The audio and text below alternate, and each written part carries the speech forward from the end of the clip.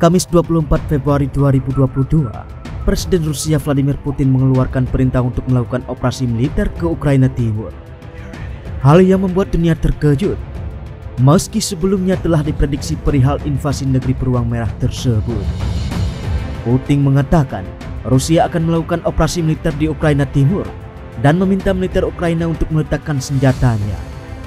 Begitulah katanya dalam pernyataan mengejutkan di sebuah televisi sesaat sebelum pukul 6 pagi waktu setempat. Vladimir Putin mengatakan tindakan itu datang sebagai tanggapan atas ancaman yang datang dari Ukraina. Dia menambahkan bahwa Rusia tidak memiliki tujuan untuk menduduki Ukraina.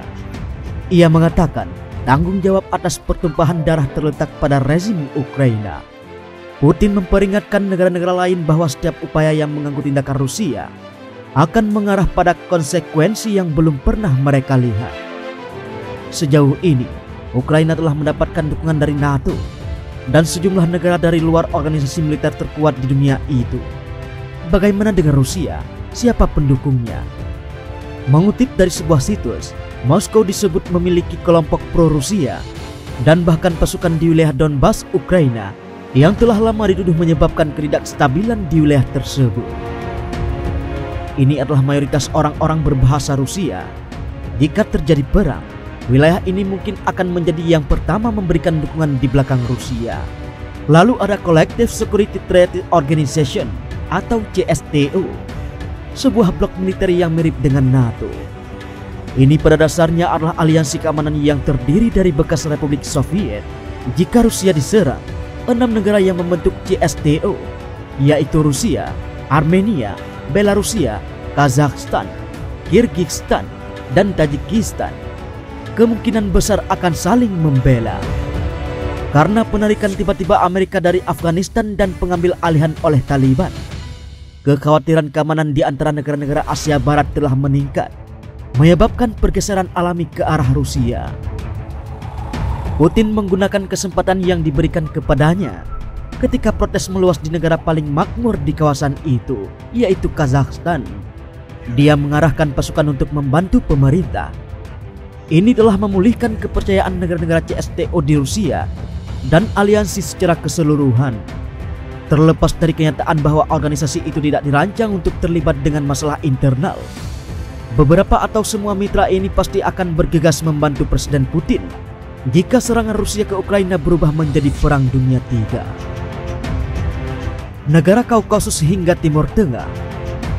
Negara lain di kawasan Kaukasus yaitu Azerbaijan atau non-CSTO juga diperkirakan akan mengabaikan seruan untuk bangkit melawan Rusia jika terjadi konflik.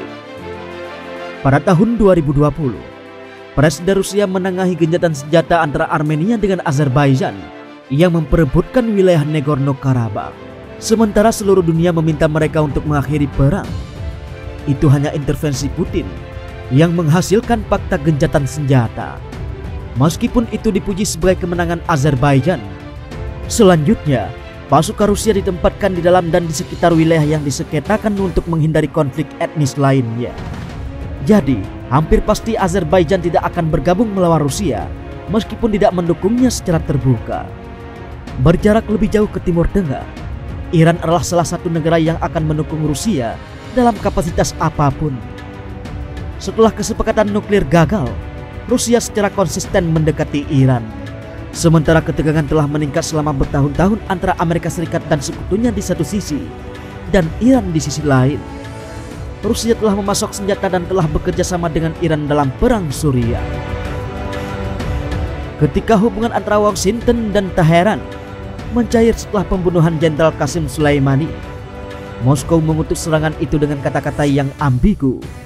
Ketika Iran terus terhuyung-huyung di bawah sanksi ekonomi yang dijatuhkan oleh Amerika Serikat, hal itu diperkirakan menjadi alasan negara tersebut mendukung Rusia dengan sepenuh hati. Yang paling besar, negara dengan ekonomi terbesar dunia dan naga Asia, China adalah mitra utama Rusia. Moskow telah memperdalam kemitraannya dengan Beijing selama bertahun-tahun, sementara ketegangan antara Barat dan China terus meningkat. Padahal, baik Rusia maupun China telah memiliki kemitraan multidimensi dengan kerjasama mulai dari perdagangan hingga militer. China dengan tegas meminta Amerika Serikat untuk mengesampingkan mentalitas perang dingin. dan menganggap serius masalah keamanan Rusia. Jika terjadi konflik, maka Cina akan mendukung Rusia secara mati-matian.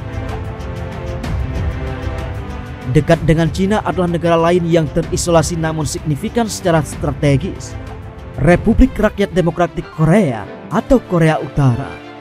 Menjadi negara komunis, itu adalah sekutu utama Beijing dan mitra bekas Uni Soviet. Korea Utara adalah negara yang tetap paling berperang melawan Amerika Serikat dan sekutunya. Faktanya, Cina dan Rusia baru-baru ini memblokir upaya Amerika Serikat untuk menjatuhkan sanksi terhadap Korea Utara di PBB, menyusul serentetan peluncuran rudal di semenanjung itu. Tidak ada keraguan bahwa Korea Utara akan dengan sepenuh hati mendukung Rusia jika perang skala penuh akan terjadi. India adalah salah satu negara yang paling penting secara geopolitik di Asia dan biasanya dikenal karena netralitasnya dan menjadi negara non-blok meskipun memiliki hubungan yang kuat dengan Rusia dan Barat.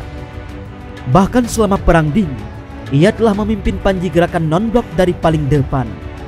Tidak mudah bagi India untuk memutuskan pihak mana yang akan diambil, mengingat memiliki hubungan yang sangat dekat dengan Rusia dan Amerika Serikat. Kemitraan India-Rusia ditandai dengan kerjasama pertahanan, sedangkan kedekatan dengan Amerika Serikat didorong oleh faktor Cina. Akan tetapi, New Delhi telah mengambil pendekatan dengan sangat bernuansa untuk menghindari permusuhan dari kedua negara. Oleh karena itu, sangat tidak mungkin India akan mendukung konflik apapun melawan Rusia, terlepas dari tekanan Barat. Di Amerika ada Kuba, salah satu mitra tertua Rusia. Kerjasama erat negara komunis Kuba dengan bekas Uni Soviet sangat terkenal. Presiden Vladimir Putin dan Presiden Kuba Miguel Diaz-Canel baru-baru ini membahas kerjasama strategis dan berjanji untuk memperkuat hubungan bilateral. Hal ini memicu spekulasi bahwa Kuba akan memihak Rusia jika terjadi konflik. Nah, inilah daftar lengkap negara yang diyakini mendukung Rusia. Nah, 6 negara yang membentuk CSTO yaitu Rusia, Armenia, Belarusia, Kazakhstan, Kirgistan, dan Tajikistan. Kemungkinan besar akan saling membela. Di luar Rusia, berarti ada 5 negara. Sisanya ada 9 negara yang memiliki hubungan dekat dan utang budi dengan negeri beruang merah tersebut.